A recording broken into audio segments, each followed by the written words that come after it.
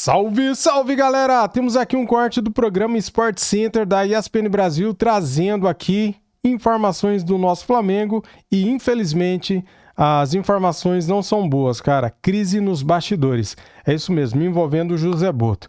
Bem, eu tô triste com isso porque o Flamengo vive um ótimo momento.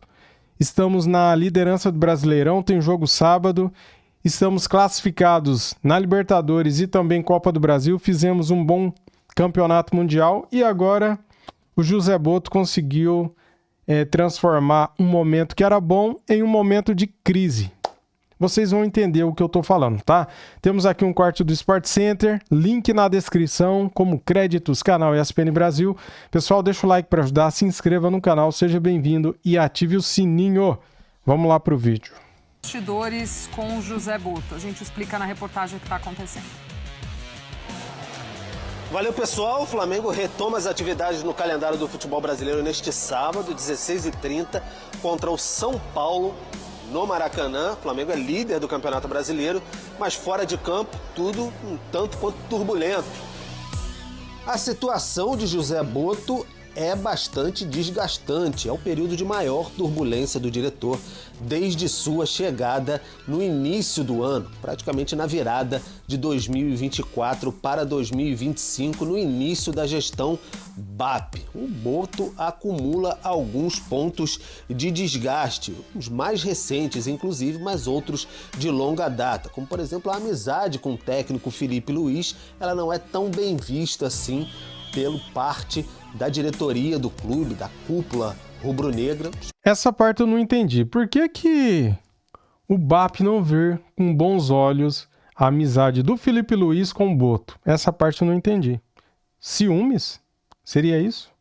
Especialmente também pelo presidente BAP. Isso porque acreditam que o Botto, em algumas situações, poderia ser um pouco mais contestador, um pouco mais duro, e a amizade, por vezes, pode atrapalhar. Em relação a outros assuntos, a condução, no caso Gerson, houve todo aquele desgaste com o atleta e pai do jogador, também foi mal vista porque a diretoria se posicionou de forma dura e Botto publicamente nunca foi muito veemente diante das pretensões do clube, que não ficou satisfeito diante de tudo que aconteceu no caso Gerson. Em relação à postura de Botto nos Estados Unidos, especialmente quando concedeu diversas entrevistas para veículos estrangeiros, isso incomodou bastante também.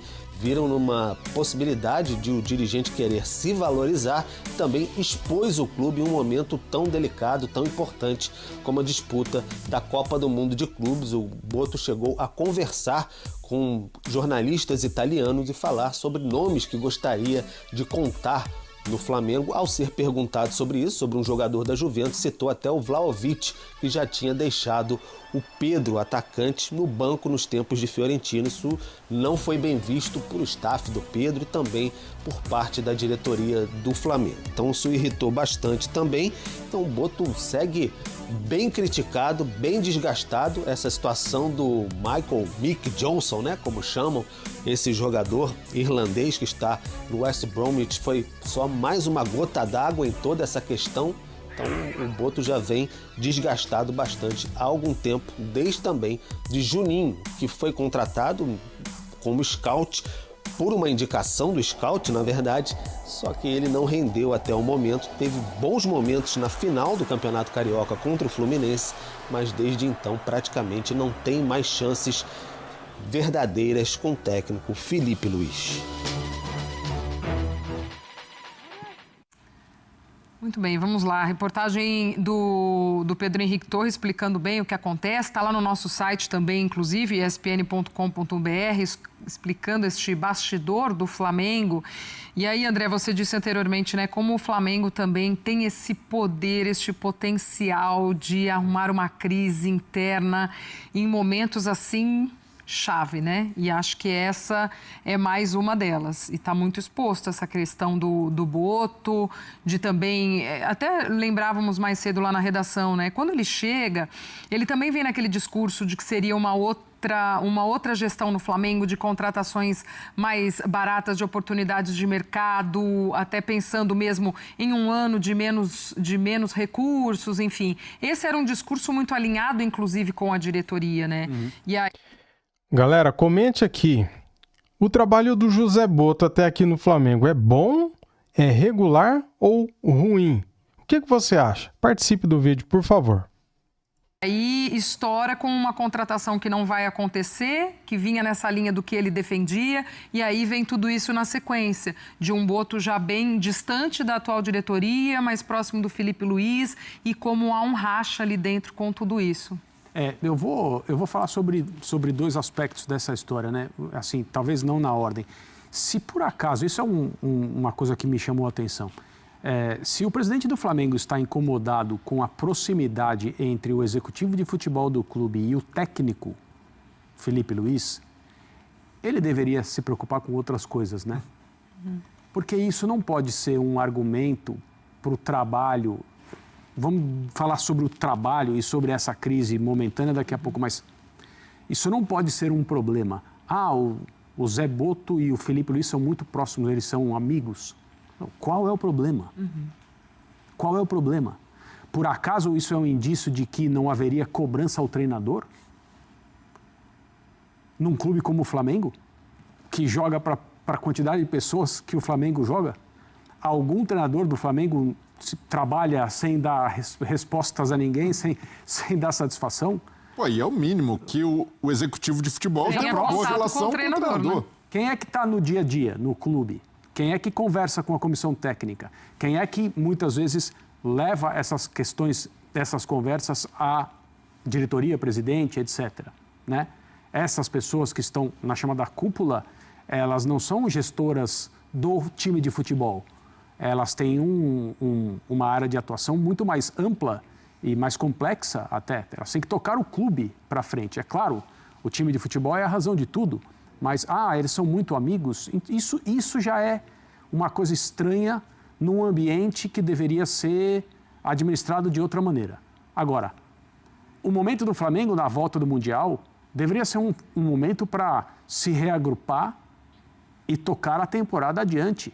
O Flamengo faz um campeonato brasileiro muito bom, está muito bem posicionado, é o time a ser perseguido aqui no Brasil. As outras competições prosseguem, o Flamengo resolveu o seu problema na Copa Libertadores e vamos em frente. Há problemas de departamento médico, jogadores importantes machucados, há necessidade de olhar para o mercado? Claro que sim. O Flamengo é um time que pode sair gastando? Não, o Flamengo é um time que tem uma receita enorme, mas as coisas não são simples, não é possível trabalhar com irresponsabilidade no futebol, porque daí o dinheiro mal utilizado, ou ele termina, ou ele se transforma numa gastança sem sentido, mas até aí tem uma centena ou mais até de clubes brasileiros que adorariam estar na posição do Flamengo, com a condição que o Flamengo tem para cuidar do seu time de futebol. Os profissionais que são contratados e remunerados para descobrir jogadores, para encontrar valor futebolístico, valor humano, onde muita gente não está prestando atenção, porque a maioria das pessoas está preocupada em jogadores consagrados, aqueles que já têm nome, etc. Eles têm por obrigação oferecer a quem toma a decisão os jogadores que eles acham que são interessantes nesse aspecto. Não é questão de ser bom e barato. O bom e barato no futebol é bastante complicado. Mas são aqueles que não custam tanto assim e podem dar um retorno futebolístico surpreendente. É o caso do Juninho? Não. Não é o caso do Juninho, até agora. Mas também não faz tanto tempo assim que ele foi contratado. E o Juninho me parece ser uma operação nesse sentido. A gente que olhou, observou e achou que valia a pena, não era um jogador que iria demandar um investimento financeiro tão alto.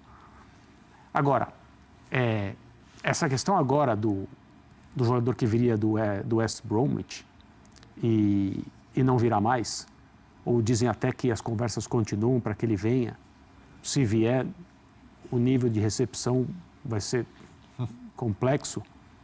É mais uma dessas situações em que um clube de futebol meio que terceiriza a sua decisão ao permitir que o público fique sabendo que algo está sendo planejado.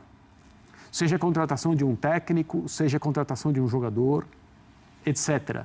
E conforme a reação, principalmente na torcida virtual, a mídia social, a decisão é tomada sim ou não. E isso está muito longe de ser futebol profissional. Para mim, é isso que mais impressiona. As pessoas que ganharam a eleição no Flamengo, elas ganharam a eleição apresentando-se como gestores profissionais. E são, de fato, nas suas respectivas áreas. No clube, permitir uma situação como essa, não dá para entender. Então, essa é uma crise fabricada pelo Flamengo num momento totalmente, assim, sem sentido. Não que houvesse sentido fabricar uma crise em outra hora, mas, assim, agora... É inacreditável, né, cara? O Flamengo só perde para ele mesmo, né? Havia necessidade de uma crise agora, cara, nos bastidores? Tomara que essa crise não entre em campo, tá, galera? Porque essa crise até aqui é fora de campo, né? Na volta do Mundial, quando o Flamengo ganhou do Chelsea, fez bons jogos, foi eliminado pelo Bayern de Munique, qual é o problema? Realmente uma obra de profissionais. E o Boto vem muito nessa figura de profissionalizar ainda mais a gestão do futebol.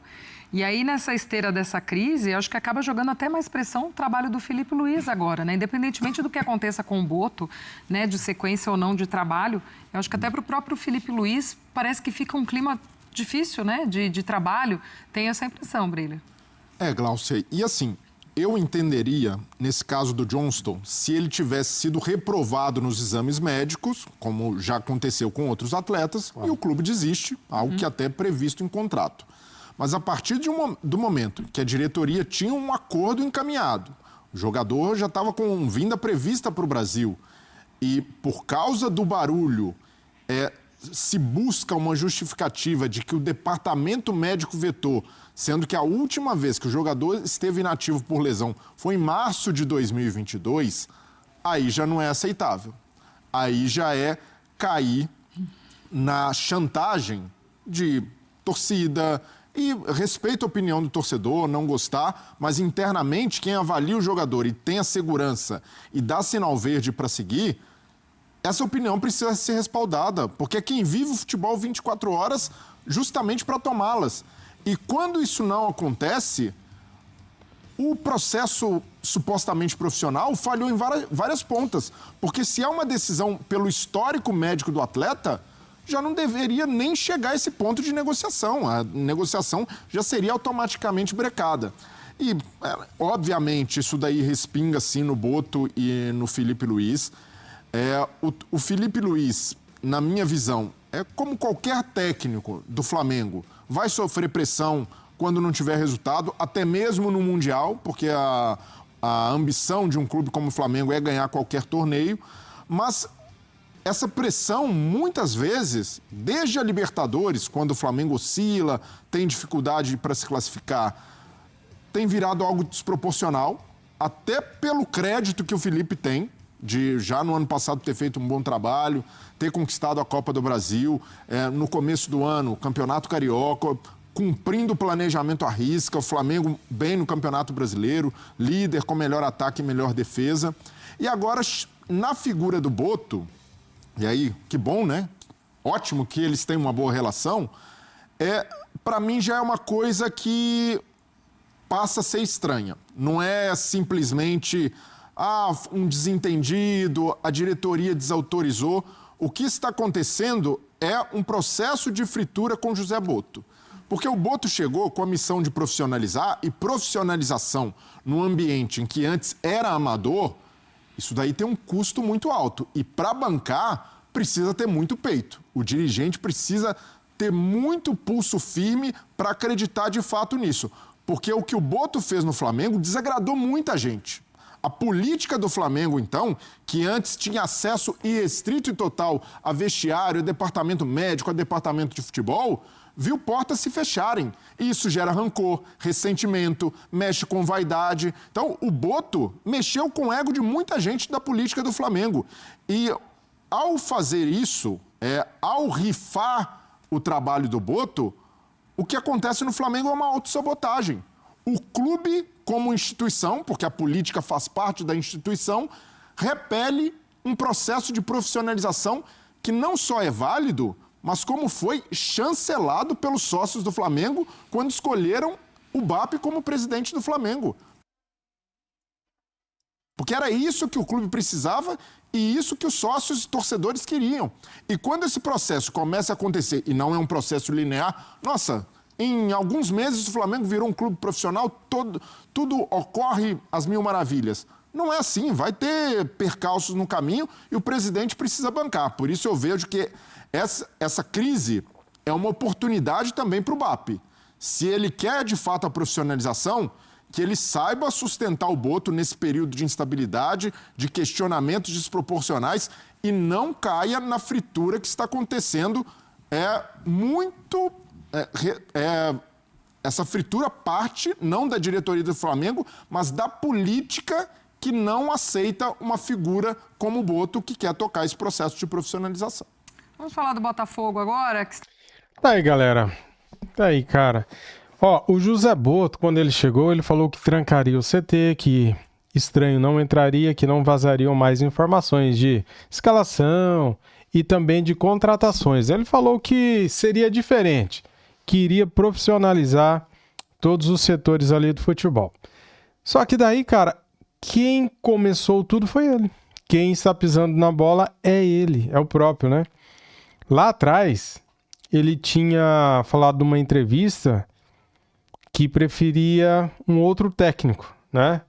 Ele chegou até a citar nomes de outros técnicos que agradava ele. E daí, na hora de perguntar assim, se você fosse contratar um centroavante, qual centroavante você contrataria? Ele falou Vlahovic, né? E sendo que nós temos o Pedro. Ele precisaria falar isso? Não, fala, não, a gente já tem um centroavante, temos o Pedro. Já começou a ficar meio esquisito, né, galera? Daí depois ele começou a dar entrevista, falar. E parece que ele gosta de dar entrevista, né? E a gota d'água foi o assunto Pedro. Quando ele, em conversa com o Mauro César, segundo Renato Maurício Prado, aquele sprint que o Mauro publicou é do José Boto, né? Então, assim, depois daquilo, cara, daquela entregada lá, desvalorizando o Pedro, que o Pedro não estaria nos planos, que gostaria de vender o Pedro, e na hora que revela o valor de 15 milhões de euros pelo Pedro, e depois fala que, mas não sei se ele vale tudo isso, isso pegou mal, hein, cara? O BAP ficou maluco, hein? O BAP ficou furioso com o Boto. Ficou ruim ali. E daí, cara, agora, para dar uma resposta, ele pega e negocia com esse jogador, o Mickey, né? Um irlandês aí que ninguém conhece, um cara fraquíssimo, que tem só alguns lancezinhos dele. Cara, tem 5 ou 6 lances dele na internet, se você procurar. Eu acho que 3 assistências e 2 gols, ou ao contrário. 3 gols, 2 assistências. É bem pouco, galera. O cara não jogou quase nada. Cara, só dribla, faz algumas coisinhas ali e não acontece nada. Em mais de 44 jogos, 45 jogos, o cara fez 3 gols. Então, assim, um jogador fraco por 5 milhões de libras, cara. Cerca de 35 milhões de reais por um jogador desse. Que tipo de dirigente é esse, cara, que contrata assim? Pelo amor de Deus, velho. Cara, desse jeito aí é melhor trocar mesmo, né? Porque, assim, eu acho que o Boto, se ele não der uma resposta rápida, contratar alguém bom por um preço bom logo, cara, eu acho que ele veio pra quê? Né? Então, tem que dar resultado, cara. Todo trabalhador tem que dar resultado na sua empresa. E o Boto, ele ganha muito bem pra isso e tem que dar resultado, né? Ele vai ter que dar os seus pulos, ele vai ter que fazer a parte dele, cara. Contratar um jogador bom e pelo preço correto. Querem pagar 12 milhões pelo Carrascal, o cara vale 7. Poxa, é rasgar dinheiro isso aí, né? Aí não dá, né, cara? Tá tudo errado. Valeu, galera. Tamo juntos. Muito obrigado a todos. Saudações rubro-negras. Fui.